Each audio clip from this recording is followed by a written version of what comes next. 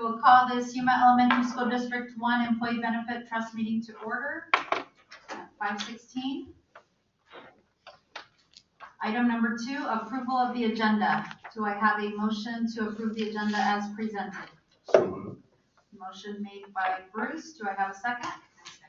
Second made by Sarah. All those in favor say aye. Aye. Any opposed? Okay, motion carries. Item 3, approval of minutes. Do I have a motion to approve the minutes as presented? A motion made by Sarah. Do I have a second? Yes. Second. Second by Bruce. All those in favor say aye. Aye. Any opposed? Okay, motion carries. Item 4, we will move on to the presentations, and I will hand it over to Allison Sparks for the financial review and consideration. Thank you. All right, so we have the presentation on the screen here, but you also have the presentation in front of you in print. It's a little bit easier to read, and feel free to take notes at your leisure.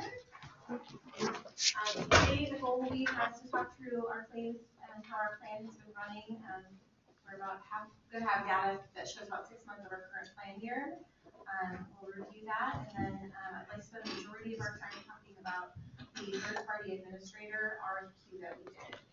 And so the goal, I believe, for the meeting today is to be able to determine whether we'll move forward with awarding a new third-party administrator vendor. So we'll get going. So first page there is just kind of our standard loss ratio equivalent report. So this report, if you remember, shows where we stand as our self-funded actual spend compared to our fully insured equivalent, which is based on our COBRA administrative rates or our fully insured equivalent rates. So on the far left, we have our date, broken out by month. We have our actual claims paid, and then we have our estimated fixed cost, which is essentially just the total cost that it takes to administer our plan, not including claims. So what does it cost to pay the third-party administrator? What does it cost for PBM and all of those fun things times our enrollment? And then that both of those combined adds up to that total SF cost or total self-funded cost. In the next column, we see our estimated FI equivalent, which is our estimated fully insured equivalent. And so that's essentially looking at what we budgeted for in a given month. And then based on the ratio between our total self-funding cost and that fully insured equivalent, that last column is our estimated loss ratio based on those numbers. So as we kind of glance through this, we look at this kind of through each meeting. It's been updated over the last, I think, 3 months. We met, I believe, in December. And so we have data now through January. And January looks nice, but overall, our estimated loss ratio at this point is about 117%. As we've discussed in the past, we ideally want that to be at about 85%. So not terrific. That said, it is down compared to even the last time we met. Last time we met, we looked at claims through October, and at that time, our loss ratio was running at 127%. So we are seeing a little bit of an improvement there that is worth noting, worth calling out. The page behind that just gives you an idea and a frame of reference as to where we landed for the full plan year last year. I won't spend time on this, but you can see, last year we ran for the entire plan year at about 119%. So kind of on trend with where we are currently. Questions on either of those pages before we move forward? As I mentioned, we'll go through claims pretty quickly, just quick updates on that. This next page, as you're familiar with, is our claims by plan year. This just shows kind of our overall trend over the last several years. This is our now second year being self-funded. The claims data that's shown for the first 4 bars there is when we were in a fully insured arrangement, either with Blue Cross or period or Aetna for a period as well. This is by plan year, so it's a little bit wonky to look at. The next page will be helpful, but this shows you our total spend for all of those subsequent years for the full plan year and where we are currently year to date, which will essentially be July through January 2024. The next page breaks it down a little bit more, gives you kind of an idea of where we are compared to other years for the same time period. So that really, I love lovely tall green bar is where we are now as far as our claims. And again, this is the first 6 months of our current plan year. We are trending higher for the same time period compared to prior years. As we saw in our loss ratio, even though our loss ratio percentages look about the same from prior year to current, part of that loss ratio adjustment is because we increased our costs, our expected costs, our budgeted costs. And so it helps balance out that higher claim spend that we did expect for this year. And if you remember, in the last several days, we talked about our large cost claimants, so we're aiming to some of that come to fruition. And could we even see, with the green bar there, could there still be some adjustment on numbers? Maybe things could potentially come down, or, scary and dry. So. Yeah, great question. So, we still have 6 more months of our plan year to capture. We looked at that loss ratio report, we saw, oh, well, January didn't look too bad, right? So hopefully we'll see some adjustments to that. Let's flip to the next page. It might help kind of inform that a little bit more. We do have our large claimants still on board. And so this is for that same time period, right? July through June, it's July through January. So we're looking at that. And this gives you some idea of where we have had some of these large cost claimants. We do have, most of our large cost claimants are ongoing conditions. We don't have really anybody on this list, except for perhaps the osteoarthritis that wouldn't be an ongoing procedure or ongoing care management. So we'll expect to continue to see claims from these folks. So I would like to say that we can see, some mass improvement, but we know at the very least we have these folks that will be hitting our claims spend. You can see the TPA-K numbers, right now kind of vary, and then that ASD, if you remember, we have that aggregating specific deductible. For 24-25, we're looking at $615,000. So at this point, only $80,000 of that has been applied for that deductible. So once that deductible is satisfied, that's when the stop loss will start paying any reimbursements to us. If we're trending here, good news, bad news situation, we may not hit that deductible, and so we may not get reimbursement. Better case would be just to not hit the deductible. Okay. Something to call out, however, is that we have had for about 18 months 2 folks with end-stage renal disease, and we have a new one. So, we implemented a dialysis carve-out program for this current plan year and have expectations to continue either that program or a similar program moving forward for 25-26.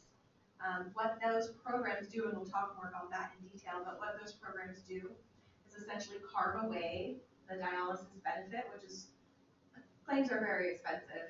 It's about $7,000 to $9,000 a month for somebody who's getting dialysis care. And so the programs carve that out of our plan and reprice that using Medicare-like rates. Whereas if somebody's using our plan, using our traditional network, here, especially in Yuma County, we know that they're paying 400 to 600% of what those Medicare rates are. So it really, the program really helps to mitigate some of those end-stage renal disease folks' claims. But we've talked about the kind of disease processes and disease conditions that are prevalent in this area. End-stage renal disease is, on average, 1 in 1,200 folks. We have 950 people on our plan, and we have 3 who are on dialysis treatment for end-stage renal disease. So things for us to consider, and part of the reason why we want to have some of these care management programs that we have in place currently, but that we would like to continue to have even more reach and guidance for our membership, is to hopefully make some adjustments so that we can catch those needs earlier. But it is a little bit unusual for the population size. Questions on any of the large claimants information?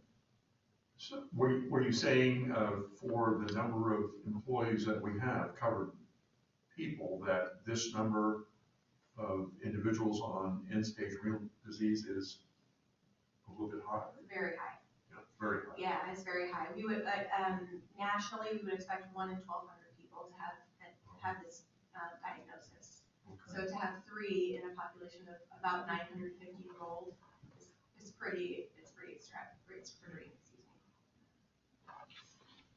So that speaks to why we want to make sure we're doing on-site screenings and biometrics and getting care management and having, kind of a care team, care navigation team, helping folks as they have some of the precursors to end-stage renal disease, folks who are managing diabetes, folks who are managing chronic kidney disease before it turns into a renal failure.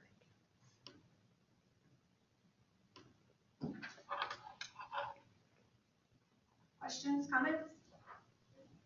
All right, I put last year's accounting just for frame of reference. We did have some of the same folks, so if you want to kind of glance through some of those diagnoses, we did have some of the same folks on the plan that continue to be on the plan.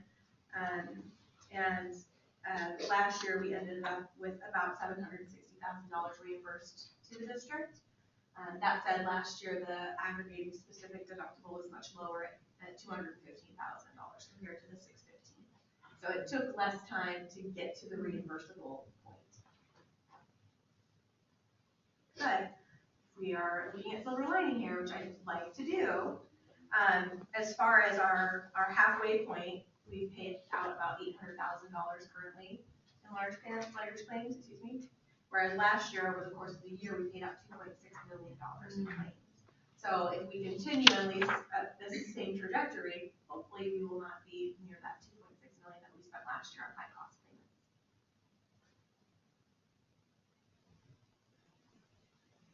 Any questions, comments? I guess kind of piggybacking, actually, going back, I like that you gave us last year's data, because I was looking, pages 2 and 3. So what we're in January 25, so, 103%. January of 24, we were 151%. So hopefully if those numbers, my inner math teacher is very happy. Hey, trending down. Right. There's that math degree over. Yeah, we have hope, right? Yeah. All right, let's carry forward. If there are any other questions about the claims, do you want to talk about what PAPFI and the executive team have been working on over the last couple of months, really 3 months? If you remember when we last met, we talked about considering a new third-party administrator for our plan in order to really maximize the self-funded arrangement that we're in. Currently, we're using Aetna, which means we're using all of Aetna's programs and products. We are using their provider network. We are using their PBM, Pharmacy Benefit Manager. We are kind of beholden to their programs. They have allowed us to use IMS, which is our International Medical Solutions, as a bolt-on Mexico network. And they allowed for this 1 year for us to include that radiologic dialysis carve-out program. And when we met last, we talked about some of the challenges that we have had with Aetna now that we're in this self-funded arrangement where we don't have quite the flexibility that a self-funded plan generally allows. And so all of that to say, background, for the last few months, we did an RFQ, a request for quote, which we are allowed to do because we have the trust, you guys, instead of doing a formal RFP process for TPA services, which included a look at third-party administrator, PBM, and the network, all of which, if we switched from Aetna to the TPA, we would need to move away from the Aetna network. We would need to move away from CVS, which is owned by Aetna for the pharmacy. Not to say that these other networks that are being suggested or recommended can't use a CVS store. It's just kind of a global CVS, so to speak. All right, so we did an RFP and we received responses from 3 separate administrators. This isn't listed here, it's just background. We received a quote from AmeriBend, which, if you have been here long enough at the district, was a prior administrator when the district was with the Yuma Area Benefits Consortium. So they provided a quote. Personify Health provided a quote. They are one of the largest national independent TPAs, independent in that they can work with any vendor. They're not owned by, you know, an Aetna or a Blue Cross or what have you. Whereas AmeriVet is actually owned by a Blue Cross. They're owned by Anthem Blue Cross. And then Summit Administrators, which a few smaller neighboring districts have in place. And then, of course, we did receive a approval for Aetna. So after several meetings with the executive administrative team, we kind of honed in after lots of meetings, lots of demonstrations from each of these vendors that responded, in on Personify Health as the vendor that we were recommending. And so I've outlined here on this page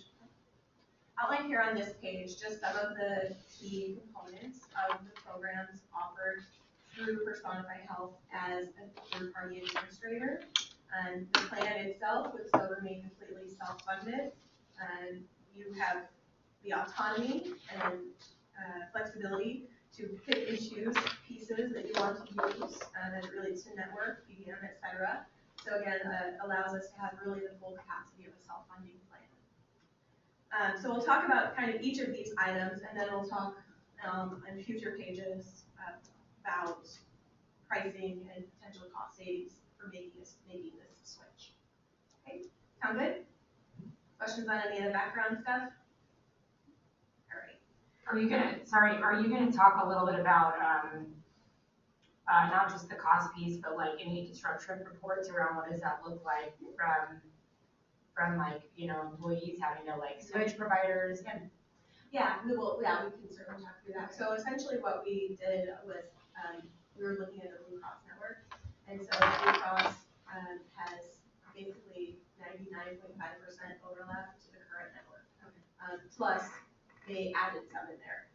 So I don't have the details of that here. I can follow up with the committee or Smooth the Trust to provide some of the details that were provided to the executive team. But we looked at provider network, and we also looked at, because we're looking at a new pharmacy administrator, we also looked at the formularies. So to show what prescriptions are covered, what's not covered. And same with that, there was about a 94% overlap on the current medications that folks are using. And then we found that the formulary was actually expanded by an additional 330 prescriptions, not prescriptions, but pharmaceuticals.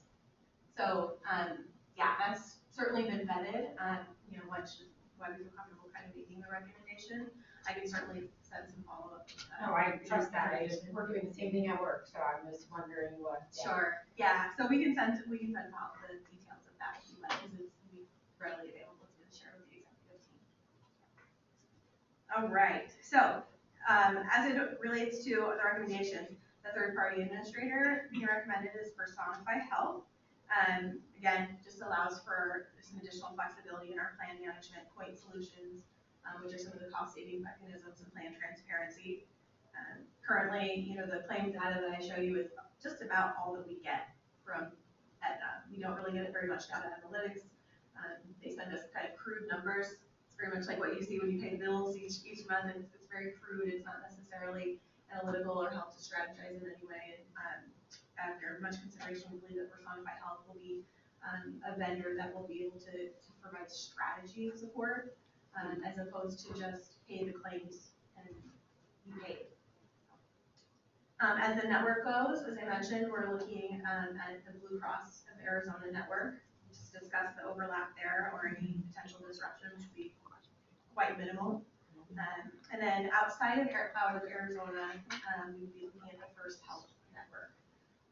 That's probably not a name that you're familiar with, but essentially it's what we call a RAP network that will offer and allow employees to have coverage if they're traveling nationally. We did confirm a couple of questions that came up through some of the EA meetings, specific to First Health was related to scripts, coverage for scripts in San Diego, another facility that a lot of folks sometimes travel to. They are in network. That was one that was kind of top of mind and top of the list that we wanted to make sure was in network for your folks, and that is considered to be in network. So for the folks who are traveling maybe to Southern California, there is that open coverage. As the pharmacy benefit manager goes, we are considering Pharos RX. They have a program very similar to current, in that we just discussed kind of the prescription or pharmaceutical coverage and care and coverage there. They also would continue our rebate pass-through. So right now, any manufacturer's rebates that come across from our folks using specific prescriptions, we get 100% of those rebates. The same would apply with Pharos RX, so there's no loss there. Additionally, they did a full savings analysis for us, looking at our entire, 2 years worth of prescriptions claims, and they found pretty substantial savings, which we'll talk about on the next page, compared to where we stand currently with Aetna as well. Aetna CVS, I should say CVS. Additionally, consideration is to include a new wellness program.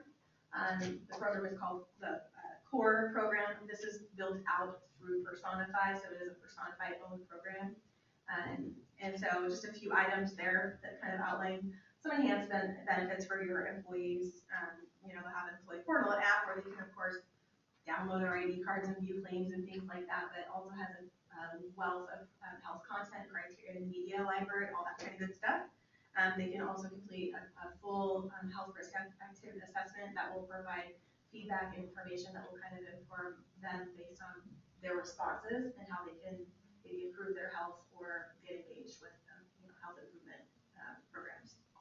Of course, activity tracking, syncing your phones and your iPads and your watches and all the Fitbits, all that stuff. So that's something that is also being recommended. And then another program that we talked a little bit about during our last meeting was a program called Gartner. We talked about, if you remember, Healthcare Blue Book and Gartner. Both programs are considered to be kind of employee transparency programs that also allow for employee steerage to high value doctors. So we talked briefly about that.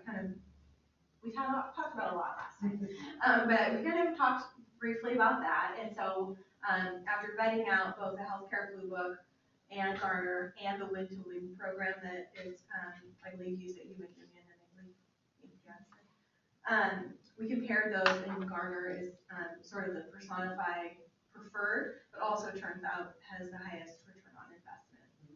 And so with that program, it essentially drives your employees to and incents them to use high-performing doctors that also have the highest value. So we're not looking at just the lowest cost, we're looking at the best outcomes as well. Because if you go to the cheapest doctor, but they're not helping you, you're going there again and again and again and maybe not getting well, you're still incurring a lot more claims, right? A lot more claims cost and you're not getting well. And so outcomes are, of course, very important. With the Gartner program, it allows for the district to keep our high deductible plan in place and still provide rewards and incentives to membership. Whereas with the Healthcare Blue Book program and the Win-to-Win program, the folks who are on our high deductible plan and have that HSA that's attached to it would not be eligible for those programs to receive any type of incentive or reward. So essentially, for each of those 3 programs, if you use the program, you go to a participating doc or a preferred doc, and you can get cash back, and not directly from the district, but funded by the district and received by way of Personify, or by Gartner rather. And it's to help incent people to go to those lower cost, higher value doctors. But because of the IRS rules surrounding a health savings account, both the Healthcare Blue Book and the Win-to-Win program, the way that they are structured, don't allow for those folks to get those rewards, those financial incentives. So Gartner allows us to incent our employees, keep our high deductible in place, keep our HSA in place for folks, where the district can continue to contribute to HSA as well. Questions on any of that? Going back to the first item, third-party administrative Personify Health, what's an example of greater flexibility in plan management? Just one example, I imagine there's many. Yeah. So as far as plan management goes, I would say if we wanted to go in and, basically what we're looking at here, if we wanted to look at a different pharmacy benefit manager, we have the flexibility to do that using Personify as a TPA. If we said we didn't want Sparrows, we wanted to go with, Empire RX, which is another vendor, or Magellan, or Smith RX, another pharmacy benefit manager, we have the flexibility to do that. They don't own a pharmacy benefit administrator. So our plan is, right, so we don't have to use their own, plan manager. We instead can pick whoever we want, and they will let us do that. Okay, Yeah. okay, so, all right, I think I get it. So with Aetna, we don't have that kind of Right. flexibility. at all. Currently, exactly. So it's really, and really that was sort of the impetus for doing RFQ was with Aetna. They offer Aetna Network, they offer Aetna/CVS Pharmacy. Those are the two options. And so we didn't have flexibility in even having an opportunity to switch those out. It was sort of, this is a bundled approach. And so that was part of the reason we're kind of digging into it. Yeah. Any other questions? All right, I talked a little bit about the dialysis carve-out program. So currently we are using a program called Renologic. Remember, we talked quite a bit about that last spring, I guess, and implemented it last summer. That's that dialysis carve-out program.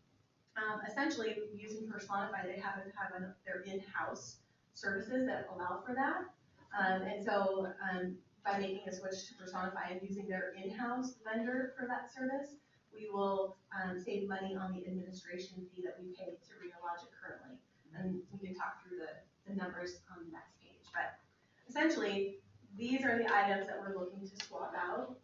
For membership, it will look a little bit different. They will also have a Blue Cross access, so they'll recognize the Blue Cross network. Again, most of the doctors and prescriptions that the folks are on will continue to be covered and will continue to be, quote, in network. But I think that with the Personify Health platform, the employee engagement rate on their app, on their website is much higher just because it's got a lot more content.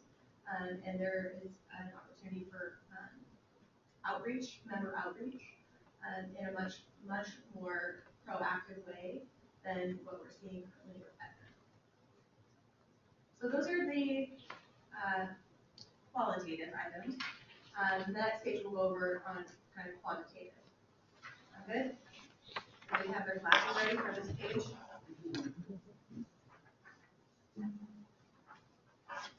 Alrighty. So on this page, there's a lot going on, a lot of small font. It's helpful to have it kind of all in one spot. So I'll give you a quick rundown of what we're looking at before I jump into the weeds here. On the left side, this just shows you kind of what we're looking at. So this first section here is specific to our network costs, and who potentially we would be using. Below that shows our administrative costs, which is again, what are we going to pay at TPA? What are we paying for third-party administrative services? That include lots of things that we just described, but also includes things like care management, utilization review to make sure that our folks are getting care that is appropriate and we're not just paying claims for no reason, those types of things. And then sort of halfway down the page is a section that we'll talk about some of what we would call point solutions. So if we're looking at kind of this page that we just reviewed as our cheat sheet, the point solutions are going to be everything except for these first three bullets, right? Our wellness, Garner, and our dialysis program. So we'll talk about each of those items as well. But essentially this is showing what we'll be spending to participate, either currently or with our renewal or with the Personify option. And then it will also, through the point solution, show what our potential savings are by engaging or making changes. Sound good? All right. So second to the left, we have current. This is with our current situation, what we're paying now, what we have included now. So under Aetna, we have the Banner network, Banner Broad network, that's available both in Arizona and outside of Arizona. And the pricing here, it says provider network access again and again, 2 times. That would generally just have a cost, right? You would have a dollar amount there. So if you were to kind of scroll your eyeballs to the right a little bit, you'll see that there's a cost there for Personify Health. We don't currently pay a cost for that because Aetna's kind of building that into their TPA fee. They don't have to pay anybody to participate in that, right? They're not paying a Blue Cross, for example. And so that's why we see that as included in the TPA fee. So currently, while we don't have a carved out cost for our network, it's a set, we are paying for it in some way underneath our TPA fees, which is just below there as it says administrative costs. We're paying about $400,000 in cost to Aetna just for their plan administration. Okay. Below that, as far as point solutions go for Aetna, they don't have a cost transparency tool equivalent like a Garner or a Healthcare Blue Book or Win-to-Win, like those programs I just described. They don't have an equivalent for that, so there's no pricing for that. They have somewhat of a wellness program. They have on their portal, they have some wellness information and some content available there, which again, they don't charge them as a cost. As our dialysis carve-out, this isn't specific to Aetna. This is that program Renologic that we built in separately. We're currently paying a member PEPM equivalent, which is your per employee per month equivalent of about $20 for that. Really with that program, we are only paying per person who has dialysis care.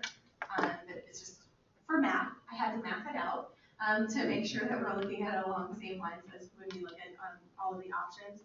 So for math, it's that PEPM is an equivalent. And then of course our Mexico network access is a $2 cost. Okay. And so right now for our point solution with Aetna, which is essentially just those two programs, we're paying about $245,000 for those programs. Tracking? All right, and then below that, in this next section is what I would call a savings model.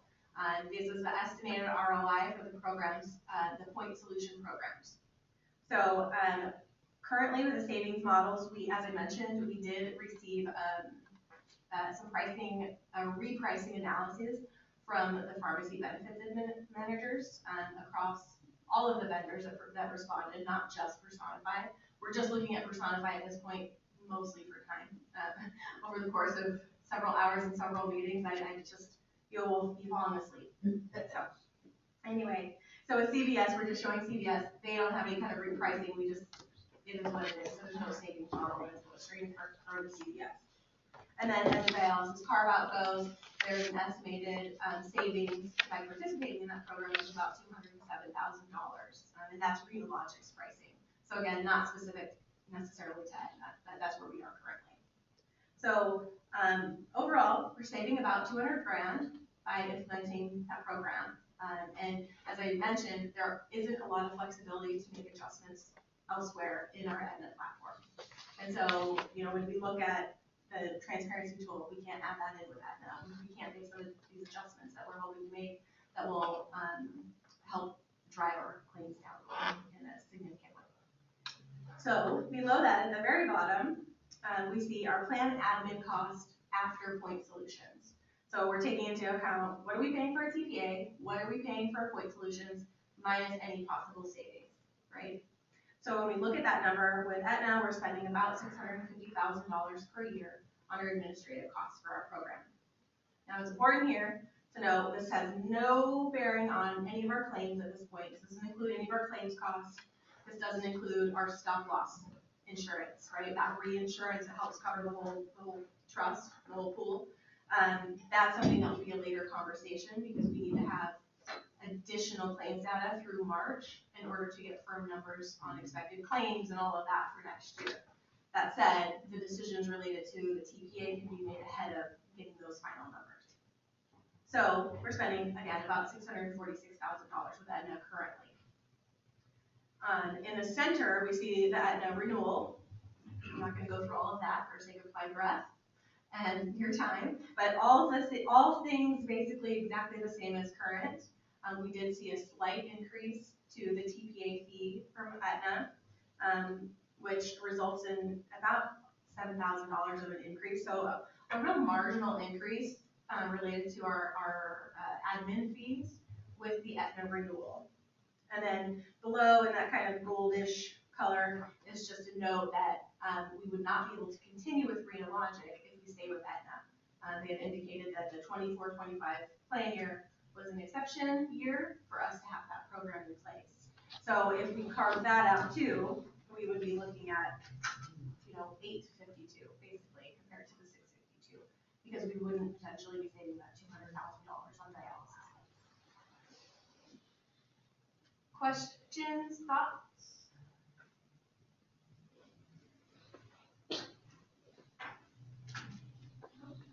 Okay, now let's look at Personify. I'm supposed to ask questions so I can. I know, when you see 187,000 compared to 652, We're I like, don't can really you know. stop talking? We saw the numbers. Alright, well, with Personify, we put this together because out of the gate, the first thing that you see is the network cost, right? We're not used to paying a network cost. Right. And so when we now have to pay $21 per employee per month for Blue Cross, that equates to about $238,000. That's a cost that we haven't had to incur previously. That's why really the point solutions become so important here. And so let me just comment briefly on the RAP network outside Arizona, that First Health network. Some of the other TPAs offered also a RAP network, because with Blue Cross Arizona, they don't have any national coverage. You have to have a kind of a RAP network in place. And so they all quoted some version of it, right? And so what we found with the others were that there were just a set per employee per month fee, which means we're paying, call it $5 per employee per month for our 950 enrolled employees, not knowing, well, somewhat knowing how many of them are actually using the services outside of Arizona. It's not that many, right? But we're paying for the entire enrollment. And so this cost is essentially 30% of the savings, which means that Personify renegotiates the cost of the claims.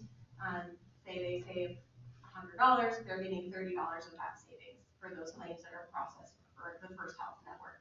So rather than being charged consistently for everybody, we're only going to be charged for the times that people are using that network, which should equate to a lesser cost overall than that PEPM. Make sense?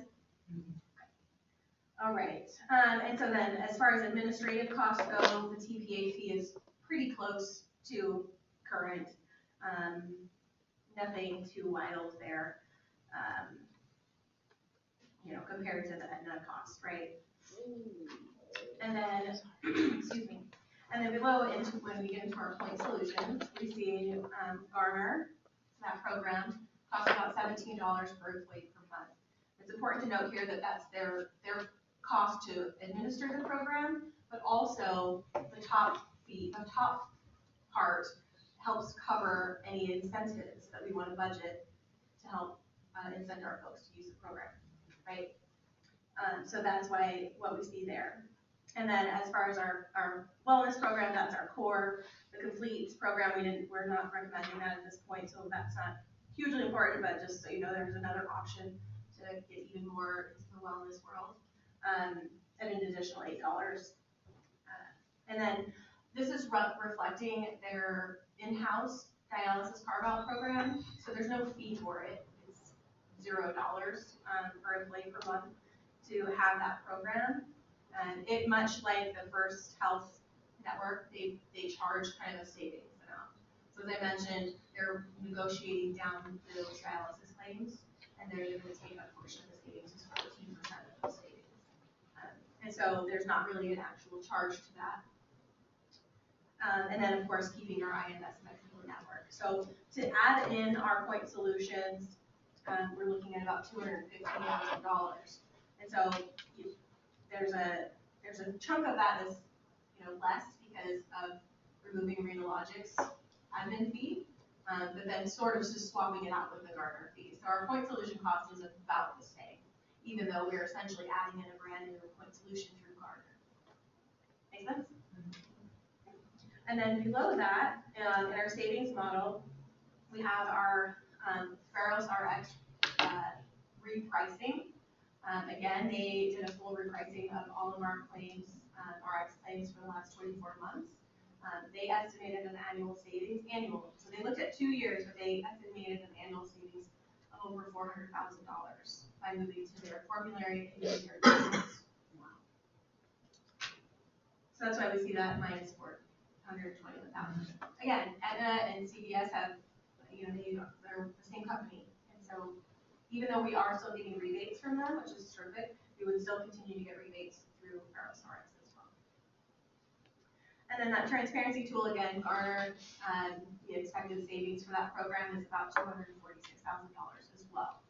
So, it kind of nets out to about only $50,000 in savings to implement the Garner program. But as we get through this next implementation and all of those things, assuming that there's an approval of the program, there are additional options to make some tweaks that can really have a substantial impact on savings to the plan. And then we don't have a firm number on dialysis carve-out, and we're expecting to have about the same amount of savings, as I mentioned, with Renologic, so $150,000 to $200,000 in savings. I didn't add that number into the math, it's just made a note of it instead. And so essentially with our point solutions through Personify, we are looking at potential savings of upwards of $668,000. So that basically brings the net spend to about $187,000 for the program.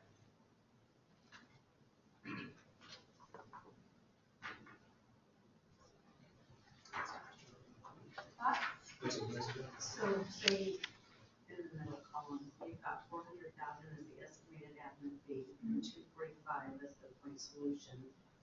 That's 645 minus the 207, but we're still at 652.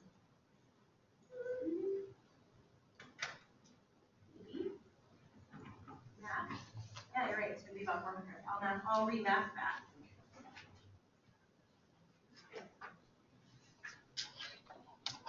Both columns, right? Yeah, thank you. It's one of those, we've looked at it so many times. Yeah, exactly. Well, I just wasn't quite getting to where that big of a jump was. Wait, what's? Yeah, so it's still, I would say it still is about, we're still looking at about 445,000 In savings. to, yeah.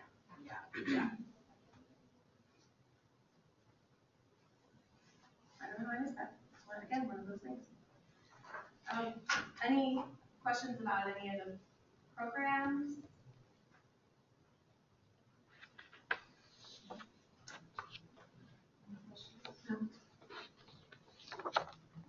So, okay, so the bottom line number, the plan administrative costs after point solutions, it's really gonna be that dramatic?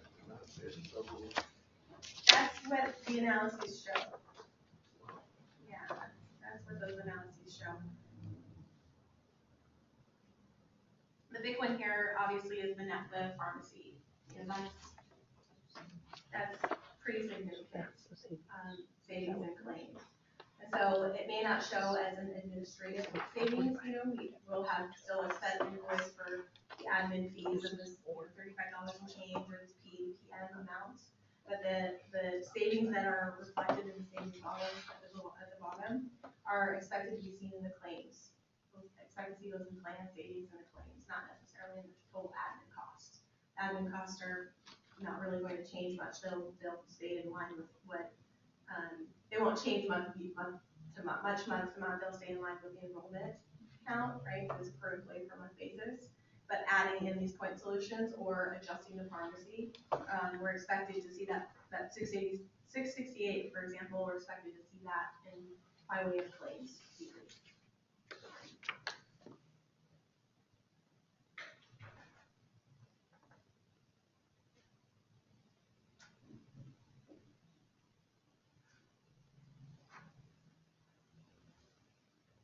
Thoughts, questions? Okay, I have more. All right, the next page just talks about some of the information we've already talked a little bit about. We were looking at all of this as relates to our TPA and other services. Obviously, the next steps will be to identify what our rates will be for our employees for, this 25-26 plan year, and how much the district should budget, for claims and for planned cost. So what we end up doing is, a preliminary review, both through our independent actuary Windsor, and then also through Matrix, who is our, stop loss vendor. Thank you. And who is our stop loss vendor. And so right now, they're both looking at our claims data through January. Just to give us an idea of what percent increase we can expect to budget toward, and how much we expect our claims to adjust in one way or the other. So Windsor is still looking at that. Matrix gave a very preliminary review. I just got this last week. You can see here, they're estimating an increase of claims of $1.16 million up to $1.5 million.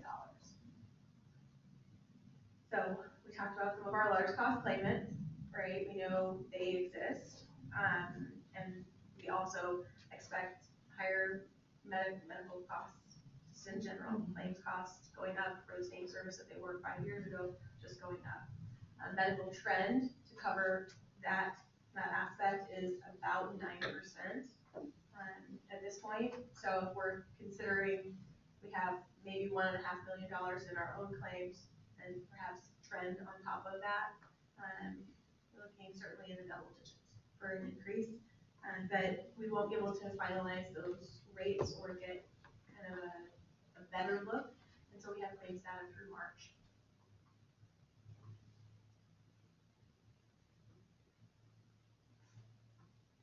One of the benefits of being in a self-funded program is that you have the flexibility to set your own rates. So, you know, if you wanted to throw out a dartboard and say, oh, we're doing a 5% increase, you can certainly do that. But that's something that we recommend. We want to make sure we're using data to inform the decisions that are made. And so we can make adjustments even based on what the actuaries provide or what Matrix provides. If you remember last year, I believe we were called for about a 14% increase, and the district said we'll review 9%, knowing that we had some additional funds in reserves to help cover any larger claims or any costs above that expected 9%. And so we have the opportunity and option to do that again this year. That speaks to Bruce, to your question regarding flexibility in plan management. We're able to choose our rates, right? We don't have to get a letter from Aetna, and this is true now, even with Aetna. We don't have to worry about getting a letter and saying, okay, you're getting a 20% increase, these are your new rates. We actually have the flexibility to set those rates based on budget and employee tolerance of cost increases if there is such a tolerance. So that's kind of what we're looking for over the next couple of months. So when we meet in May, likely those numbers will have already been determined by the executive team and finance team. But that's kind of what will happen in the next couple of months. Over time, what is that normal increase? What are the employees used to on is there any trend or what is? I think the kind of medical trend is, I think, most tolerable. Employees never want to see an increase in their costs. Oh, no. Yeah, Sure. but I would say that, you know, they do expect things to go up. And when we say kind of medical trend, it's like, okay, that seems normal. That's not just my employer is just charging me a lot of money. And I don't think there is really a tolerant level, particularly in school districts, which is kind of my majority of my clients. What they really look at is, do I have a free plan, or do I have, you know, we had a $25 plan for a while. That's really what they look like. But what typically has been the increase over time? For here at Yuma? Oh, gosh, I would say around 10%. Yeah, if I off the top of my head, I would say probably average 10% over the last several years. Last year, we were able to buy down those increases to the employees. And so a lot of times what will happen is the employer will cover a plan at the employee-only level. And so folks who are enrolled at employee-only level, they won't really see much of an increase. Folks with dependents, which is kind of our concerns, they really feel that increase. Other questions? Comments? If we go with Personify, will our stop loss coverage be changed substantially? We think? Or we don't know? As far as the cost of the stop loss, we will continue to use Matrix as a stop loss vendor, so we didn't shop them. But Matrix in their preliminary response indicated they expect about $200,000 less in claims because of our change to Blue Cross. Plus some of these point solutions could help potentially buy down a larger premium increase. Our claims will be our claims, that's, the expected claims will be the expected claims, and we'll hope that, these ROI that was provided and these analyses will be true, or prove itself to be true. But implementing programs like that, and also making the choice to move to a Blue Cross or a Pharos, which is a lower cost provider or a lower cost vendor, can help result in better stop loss premium. So yes, that could help. Good question. Any other questions? All right, almost done. I only have one page left. So like another hour, you know how I talk. All right, so this last page is just reflective of our dental program. We talked again in our last meeting about potentially self-funding our vision in our dental program, and the executive team has opted into including our dental program as part of our self-funded program. And so as we kind of glance through that, you'll see we can still maintain MetLife to handle all of our plan administration, so members will see no difference in who they call for customer service. They'll see no difference in the dentist that they see. It'll all still be MetLife. The difference, however, will just be that we'll be paying our own claims, which we can do from our trust fund. And so essentially our estimated admin costs, administrative cost is about $49,000. Average claims cost for a given year is about $320,000. So our expected self-funding cost for the year is at about $370,000 for the dental. Currently, in our fully insured premium, we're paying over $500,000 for our MetLife program. So we expect to have some plan savings of about $130,000, assuming everybody kind of stays on track with their standard dental care. There's a lot less volatility in dental. we know the maximum we're going to spend, per person, and so it's a lot less volatile, but allows for some plan savings that can help for the entire benefits package. So that's something that the executive team has kind of already made a decision on that.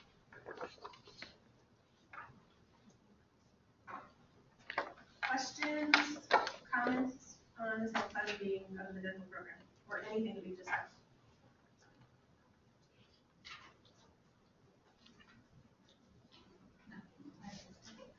Thank you.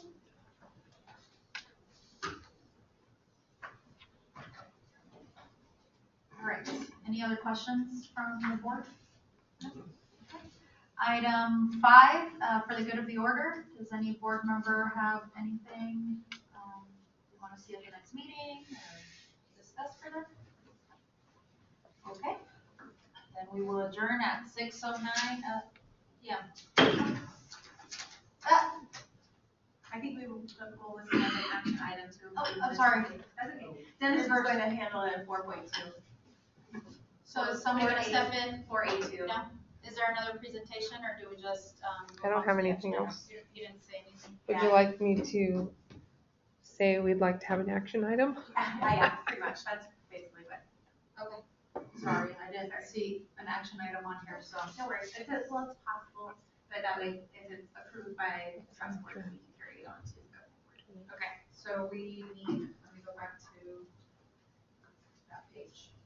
Persona 5, right? Okay.